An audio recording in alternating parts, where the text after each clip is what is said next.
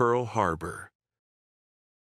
The attack that awakened the sleeping giant and altered the course of World War II.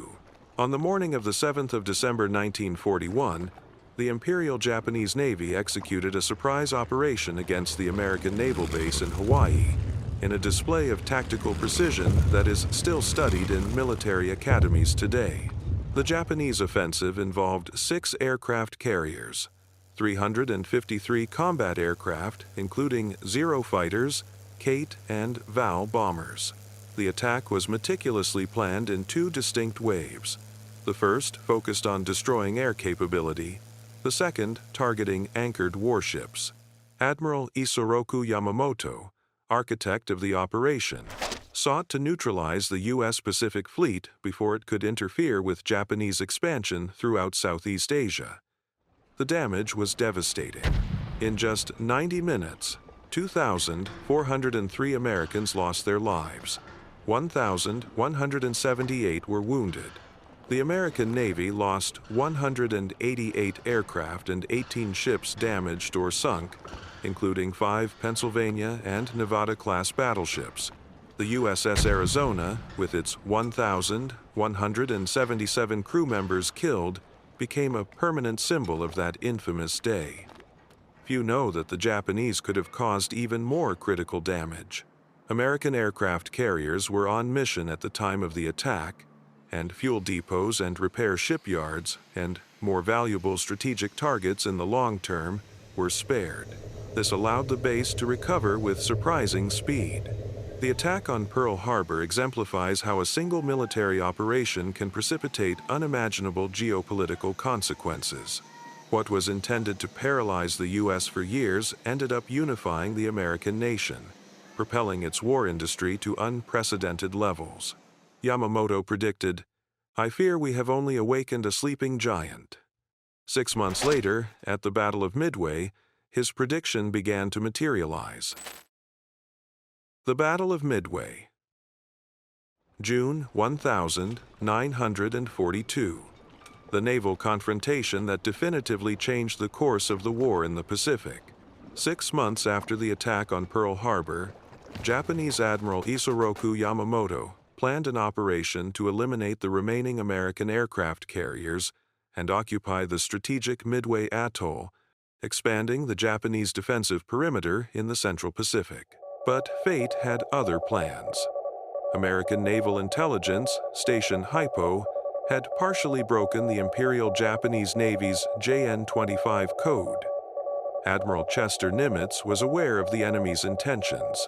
The Japanese sent 4 aircraft carriers, Akagi, Kaga, Soryu, and Hiryu, under the command of Vice Admiral Chuichi Nagumo. The Americans responded with 3, Enterprise, Hornet, and Yorktown. The latter repaired in record time after damage in the Battle of the Coral Sea. The combat distance between the main forces was approximately 320 kilometers, with aircraft being the only means of attack. On June 4, the first waves of Japanese planes attacked Midway, while the Americans launched attacks against the Japanese fleet. The crucial point came when SBD Dauntless dive bombers, led by Lieutenant Commander Wade McCluskey, located the Japanese carriers at a vulnerable moment, with aircraft being rearmed on the decks. In just 6 minutes, 3 of the 4 Japanese carriers were fatally hit. The Hiryu, the last survivor, would be sunk hours later. Japan lost 4 aircraft carriers, 322 aircraft, and more devastatingly, hundreds of irreplaceable veteran pilots. The Battle of Midway demonstrated, for the first time in naval history, that decisive engagements could occur without the main ships ever sighting each other. As we used to say in the service, it wasn't just a tactical victory, but the exact moment when the tide of war irreversibly turned against the empire of the rising Sunday. The Battle of El Alamein. The turning point that changed the course of the North African campaign during World War II. In 1942, the Axis had pushed British forces to the last defensible stronghold before the Suez Canal. The Egyptian desert became the stage for a decisive confrontation. In reality, there were 2 distinct battles at the same location. the first in July, which halted Rommel's advance, and the second in October, which marked the beginning of the Axis's definitive withdrawal. What many fail to understand is the logistical complexity of this operation. General Montgomery took command of the British Eighth Army and completely overhauled the strategy. He concentrated 220,000 men against Rommel's 115,000, ensuring tank superiority at a ratio of 2-to-1. The battlefield was covered with more than 500,000 mines, creating one of the largest minefields ever constructed. The British developed specialized tactics and mine-clearing vehicles to overcome this deadly barrier. The operation began with a bombardment from 1,000 guns firing simultaneously, followed by infantry creating corridors through the minefield for tanks to pass. Churchill later remarked, "Before Alamein, we never had a victory. After Alamein, we never had a defeat." A little-known detail is that Montgomery ensured every soldier knew exactly the battle plan, something revolutionary for that era. The psychological impact was immense.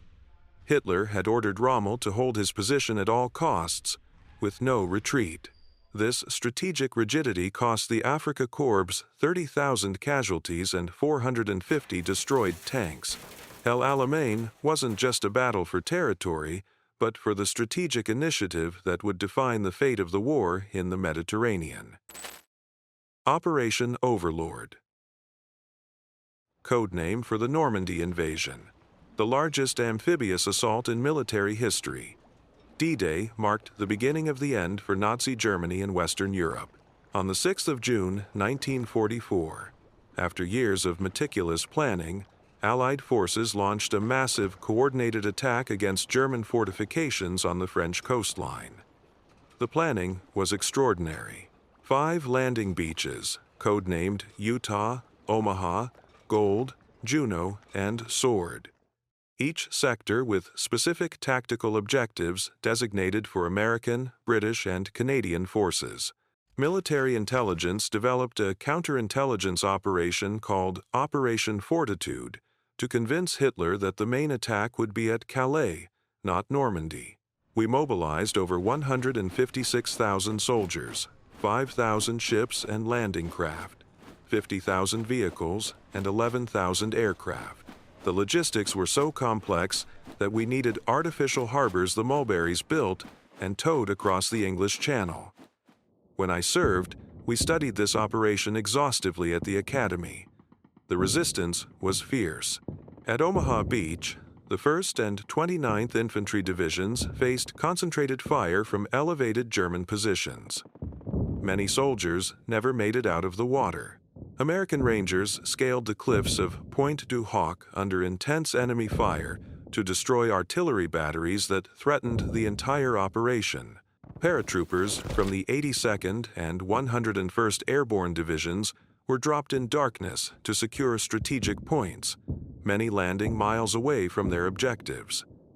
Still, they adapted and persevered. In the first 7 days, the Allies landed 326,000 troops, 54,000 vehicles, and 104,000 tons of supplies. The initial 80-kilometer penetration into occupied France created a beachhead that eventually expanded to liberate Paris and beyond. This was the beginning of the Second Front that Stalin had long demanded, relieving pressure on the Soviets in the East. When I analyze D-Day, I see not just a military operation, but a testament to human courage and sacrifice. Those men, most young and under 25 years old, changed the course of history. They faced what seemed impossible and prevailed. That's why, nearly 8 decades later, we still study every aspect of this extraordinary operation. Hiroshima and Nagasaki. The only 2 instances of nuclear weapons deployed against civilian populations in human history. On the 6th of August 1945, the B-29 bomber Enola Gay dropped the uranium-235 bomb, nicknamed Little Boy, on Hiroshima. 3 days later, on August 9, another B-29, the Bockscar, dropped the plutonium bomb Fat Man on Nagasaki. These attacks represented the culmination of the Manhattan Project, a scientific military initiative that cost approximately $2 billion in contemporary values. Little Boy had a yield of 15 kilotons, equivalent to 15,000 tons of TNT, while Fat Man possessed 21 kilotons. Temperatures at the hypocenter of the explosions exceeded 3,000 degrees Celsius, instantly vaporizing any human being within an 800-meter radius. The shockwave destroyed structures within a 1.6-kilometer radius. Conservative estimates indicate 140,000 deaths in Hiroshima and 70,000 in Nagasaki by the end of 1945, with the total rising to 340,000 inches subsequent years due to radiation exposure. The city of Hiroshima was rebuilt as a permanent memorial for peace, preserving the famous Genbaku Dome, a building that partially withstood the blast despite being only 160 meters from the hypocenter. Interestingly, Kyoto was initially the priority target but was replaced through personal intervention by Secretary of War Henry Stimson, who appreciated the cultural value of the ancient Japanese capital.